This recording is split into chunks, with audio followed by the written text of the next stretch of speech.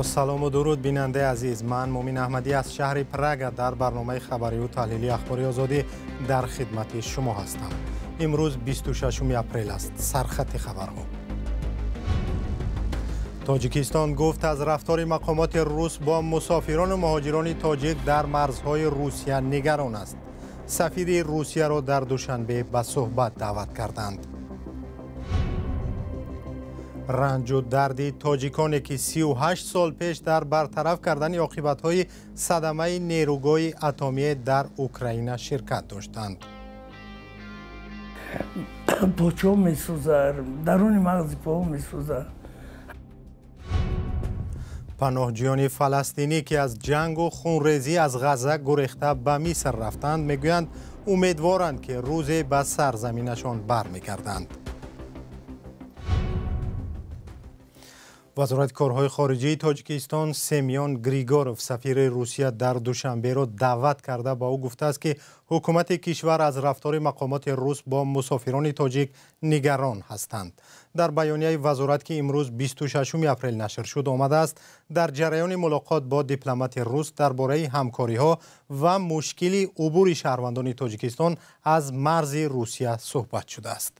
با گفته وزارت به سفیر روسیه نگرانی تاجیکستان از موردهای منع به اساس ورود تاجیکان به قلمرو روسیه که خصوصیت عاموی پیدا کرده است رسانیده شد. روز 26 اپریل گروهی از شهروندان تاجیکستان خبر دادند که 3 روز باز در فرودگاه ونوکووا با آنها حق ورود به خاک روسیه را نمی‌دهند. از این پیشتر گروهی از مسافران تاجیک بر رادیو آزادی خبر دادند که در مرز قزاقستان با روسیه تقریباً 200 ماشین متعلق به شهروندان تاجیکستان درماندند و به تعداد زیاد اجازه نمی‌دهند وارد روسیه شوند. بعدی حمله مرگبار تروریستی به تالار کنسرتی کروکس در مسکو که 11 نفر شهروند تاجیکستان را به انجام آن متهم می‌کنند، بدرفتاری با مهاجران و مسافران تاجیک در روسیه بسیار زیاد شده است. و امامعلی رحمان پرزیدنت تاجیکستان امروز 26 اپریل در واتیکان با پاپ روم فرانسیسک پیشوای کاتولیکای جهان ملاقات کرده است. واتیکان دولت خرد در شهر روم ایتالیا مرکز کاتولیکای جهان است. پاپ روم در تاجیکستان نیز نماینده دارد.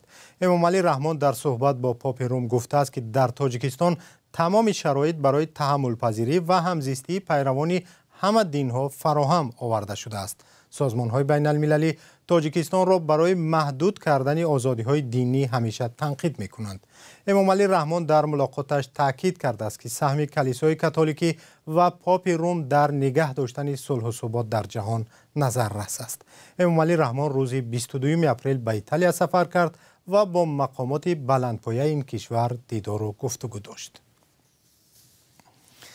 برنامه را با خبری از افغانستان ادامه میدیم. یکی از رهبران طالبان ادعا کرده است که حداقل 3 کشور همسایه افغانستان زمینه را برای فعالیت داعش در منطقه فراهم کردند.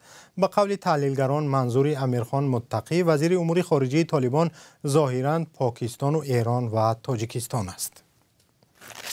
همکارم میرزانبی خالقزاد این خبر را پیگیری کرد و حالا در استودیو با ماست. میرزانبی، اول درباره جزئیات این بیانیه بحث برانگیز طالبان میگفتید. سلام مومین و بینندگان ارجمند. بنا به گزارش بخش دری رادیو آزادی، امیرخان متقی روز 25 اپریل در یک مراسم در شهر کابل گفته است متاسفانه 3 کشور همسایه ما به نوبت در یک کشور برای داعش قوه بشری یعنی جنگجو آماده میکنند که به قبل او حوادثی را در بخش‌های مختلف جهان انجام دادند. و گفته است که کشور که در مسیر قرار دارد ویرانگران امنیت از آن عبور میکنند و کشوری دیگری در خاک خود به آنها مرکزی تحریزی داده است. در واقع این نماینده طالبان از هیچ کشور نام نبرد، اما حکمت الله اعظمی پژوهشگر در مرکز مطالعات صلح و جنگ گفت که اشاره وزیر طالبان به پاکستان، ایران و احتمالاً تاجیکستان است. او به همکاران ما در رادیوی افغانستان آزاد گفت چون بیشتری اعضای داعش پاکستانی ها هستند و ایران یک راه ترانزیتی جنگجویان داعش به کشورهای خاورمیانه می باشد. منظور امیرخان متقی این 2 کشور است. سوم و قبل حکمت الله اعظمی می تواند همسایه دیگری افغانستان تاجیکستان باشد، چون سالهای اخیر تعداد بیشتری از شهروندان کشور به صف داعش پیوستند. دیگر اینکه حلقه خراسان داعش که به گفته مقامات تاجیکستان در افغانستان پناه بردند اکثرا از حساب شهروندان آسیای مرکزی از جمله از تاجیکستان هستند. شاخه خراسان داعش در 3 سال گذشته که طالبان به قدرت رسیدند مسئولیت چندین حمله مرگبار را در این کشور بر عهده گرفتند. حمله به تالار کنسرتی کراکوس در ماه مارت هم در کنار مسکو بود. در نظر داریم که مسئولیت آن را داعش بر عهده گرفت و 11 شهروند تاجیکستان را به این جنایت مدهش متهم کردند. میرزانبی، اما آنگونه که ما میدونیم برعکس تاجیکستان و دیگر کشورها و از جمله سازمان ملل هم افغانستان و طالبان را به پناه دادن به جنگجویان داعش و یا سازمان‌های دیگر افراطی به مثل انصارالله متهم می‌کنند. وزیر امور خارجه طالبان آیا این مسئله را شرح نداده است؟ ببینید، وزیر امور خارجه طالبان ادعا کرده است که داعش در افغانستان پناهگاه ندارد. برعکس گزارش‌های کشورهای دیگر و سازمان‌های ملل گفتند که داعش در افغانستان حضور دارد و صدها اعضا و یا زیادتر از آن هم در نقاط گوناگون آن کشور پناه بردند. سازمان پیمان امنیت دست جمعی که تاجیکستان هم عضو آن است در گذشته گفته است که تا 4000 نفر از جنگجویان داعش در آن طرف مرز تاجیکستان یعنی در افغانستان پناه بردند و برای امنیت کشورهای منطقه خطر ایجاد می‌کنند. حسین امیر عبداللهیان وزیر امور خارجه ایران هم سال گذشته گفت که رهبران و جنگجویان مهم داعش از عراق و سوریه و لیبیا به افغانستان رفتند. حالا مؤمن ببینیم که مقامات تاجیکستان آیا درباره ادعاهای وزیر طالبان چی میگویند یا عموما نادیده میگیرند، یعنی چی میبینیم. تشکر همکارم میرزانبی خالقزاد. درباره ادعاهای یکی از رهبران طالبان صحبت میکرد که گفته است 3 همسایه افغانستان و ظاهرا تاجیکستان زمینه را برای فعالیت داعش در منطقه فراهم کردند.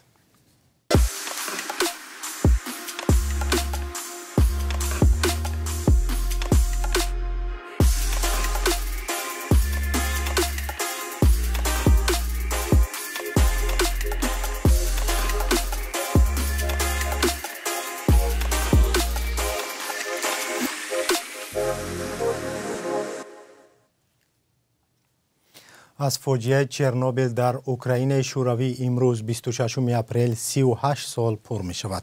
مثل دیگر کشورهای سابق شوروی از تاجیکستان نیز هزارها نفر در برطرف سازی پیامدهای این صدمه شرکت کرده تا حال جبریان را می کشند.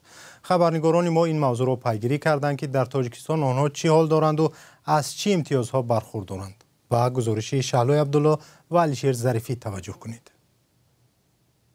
دیگه فرزندان نشدیم که بعدی این ساکنی دوشنبه 40 ساله بود که به آگاهی پیشکی به کمیساریات نظامی دعوتش کردند. تنها در مسکو فهمید که او و همراهانش را برای رفع عاقبت‌های فلاکت در نیروگاه اتمی چرنوبیل میبرند. بیشتر از 30 سال است که رنج کار در آنجا را میکشد. پاچو میسوزه، درون مغز پا میسوزه، همش همین وقتی که تاثیراتش نباشه و میکنه زهر یا زهر. بیبیگول سعدیوا هنرمندی سابق دسته چمن فیلارمونیای دولتی تاجیکستان از جبردیدگان دیگری صدمه چرنوبیل است. سال 1986 دسته زنان رباب نواز آنها به اوکراین برای شرکت در یک جشنواره دعوت شده بود و اتفاقا در آن شب و روز نیروگاه اتمی چرنوبیل آتش گرفت. بیبیگول سعدیوا و همراهانش نتوانستند سر وقت برگردند و یک مدت آنجا کنسرت خیریه دادند. بخبر از آن که زهرآلود میشوند. جگر کسال، معده، روده، گرده، من این جوهر، چشمم تماما نظر نمیبیند. اگر عینک گیرم من عموما نمیبینم کس یگون کسا. همین کسلی و من به همین خون و پوسکتی یک جا چسبیدگی. مقامات ادعا دارند که با سابقه‌داران رفع عاقبت‌های صدمه چرنوبیل کمک و امتیازهای پیشبینی شده است و در عرفه جشن و عیدها به آنها کمک می‌کنند. طبق اطلاع رسمی آنها می‌توانند از نقلیات جمعیتی رایگان استفاده برند و مبلغ خدمت‌رسانی‌های کمونالی را به جز از استفاده نیروی برق 50% پرداخت کنند. این زن و چندی از همتقدیرانش میگویند وضع زندگیشان چندان خوب و کمک امتیازها کافی نیست. من نفقه 700 میگیرم. من بچه و من نمیگیرم. بچه تمام من کردگی. اکنون وقتی که 1-2 سال شد من همین خانه دخترچم با زندگی کار شدیم تازه فقط اجاره میشتم.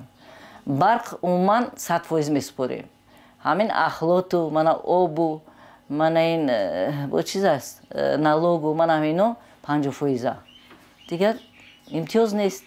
ҷубронпулӣ барои маъюбони ҳодисаи Чернобил кам буда ва фарзандони онҳо аз баъзе имтиёзҳо маҳрум шуданд.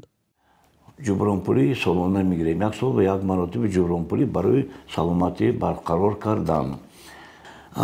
дар ҳақиқат хизматрасони тиббӣ дар асоси ҳамин қонун дар муассисаҳои тиббии давлатӣ ба ҳам ба маъюбони Чернобил ва иштирокчиёни Чернобил, оилаи бесарабонмонда ва фарзандони моҳон ройгон то ҳоло буд. Мана муддати чанд сол шуд, 2 сол шуд, ягона тафтиши хун аз маъюбон маблағ намегиранд, лекин аз фарзандо ва оилаи бесарабонмонда мегиранд. афсус. 26 апрели соли 1986 ҷаҳон аз садамае дар нерӯгоҳи ҳастаии Чернобил дар Украина огаҳӣ ёфт. оташ гирифтану таркиш дар он минтақаҳои зиёдеро дар кишвар ва берун аз он ба маводи ҳастаӣ заҳрогин олуда кард ва ҳазорон нафарро кушт. даҳо ҳазор мардум ва низомиён аз ҷумҳуриҳои шӯравии пешин барои рафъи оқибатҳои садама ба сурати иҷборӣ ба маҳалли ҳодиса фиристода шуданд. зиёда аз 6000 шаҳрванди Тоҷикистон ҳам дар бартарафсозии оқибатҳои ин садама ширкат карданд. идомаи барнома. даҳо ҳазор фаластинӣ ки аз дасти ҷанги ҳамосу исроил ба Миср гурехтаанд, умедворанд ки рӯзе ҷанг поён меёбад ва ба сарзамину хонаҳояшон бармегарданд. азбаски маълум нест ин муноқишаи тӯлонӣ то кай давом мекунад, гурӯҳе аз паноҳҷӯён дар Миср тиҷорате ба роҳ монданд то зиндагиашонро ба навъе идома диҳанд. гузоришеро дар ин бора ҳамкорам Искандари Хоҷамирзода тақдим мекунад. соҳибкори фаластинӣ ки аз бархурдҳои ахири ғазза дар Миср паноҳ бурдааст, дар шаҳри Қоҳира ошхонаи маъруфашро боз намуд. аҳмад Авваз ба ҳамватанони ғарибаш имкон медиҳад ки таъми шовармаи фаластиниро фаромӯш накунанд. ошхонаи ин соҳибкор ба муштариён шоварма ва дигар навъҳои ғизоҳои ховари миёнаро пешкаш мекунад. мо дар ғазза ошхонаи шоварма доштем, вале бар асари ҷанг он тахриб шуд. ҳоло ба Миср омадем ва тасмим гирифтем ки тиҷоратамонро дар ин ҷо боз кунем. шовармаи мо паноҳҷӯёни фаластиниро ба ёди ватан мебарад. ҳатто мисриҳо низ таъми шоварма ва ғизои фаластиниро дӯст дошта, шумораи зиёди онҳо муштарии доимии мо шуданд. ошхонаи Авваз дар Римол, бузургтарин маркази тиҷоратии ғазза, қарор дошт. ӯ умедвор аст ки будубошаш дар Миср муваққатӣ буда бо хатми ҷанҷоли Исроилу Ҳамос ошхонаву тиҷораташро ба ғазза бармегардонад. паноҳҷӯи фаластинӣ Муҳаммад Қишта ҳам бовар дорад ки низоъ ба ҳамин зудиҳо хотима ёфта, ӯ шовармаи дӯстдоштаашро дар маҳаллаи Римоли ғазза тановул хоҳад кард. иншоалло ошхонаи Римол бо шароити беҳтар ба шаҳри ғазза бармегардад ва иншоалло мо фаластиниҳо низ ба ватан баргашта дар он ҷо аз ин ғизои бомазза баҳраманд хоҳем шуд. тибқи иттилои манбаъҳои фаластинӣ, низои ахири Исроилу Ҳамос ҳаёти беш аз 34 000 фаластиниро аз байн бурда, чандин шаҳру маҳаллаҳои ғаззаро ба харобазор табдил додааст. буҳрон тирамоҳи соли гузашта замоне оғоз ёфт ки Ҳамос ба Исроил ҳамла карда, бар пояи иттилои манбаъҳои исроилӣ тахминан 1200 исроилиро ба қатл расонд. дар ин давра шуморе аз тоҷирон, донишҷӯён ва оилаҳои фаластинӣ дар Миср паноҳ бурдаанд. дар ин робита ҳам мақомдорони мисрӣ ва ҳам мансабдорони фаластинӣ таъкид мекунанд ки будубоши фаластиниҳо дар Миср муваққат буда бо хатми низоъ онҳо ба ватан бармегарданд. сипос ки то поёни барнома моро ҳамроҳӣ кардед. ворид шудан ба сомонаи озодӣ.орг ва саҳифаҳои мо дар фейсбуку инстаграм, тиктоку телеграм, ютубу икс ва Одноклассникаро фаромӯш накунед. агар шумо ҳам хабаре доред ба мо бинависед, таҳқиқ мекунем. дуруст буд менависем. хушрӯзгору хушрӯз бошед. худо нигаҳдори шумо.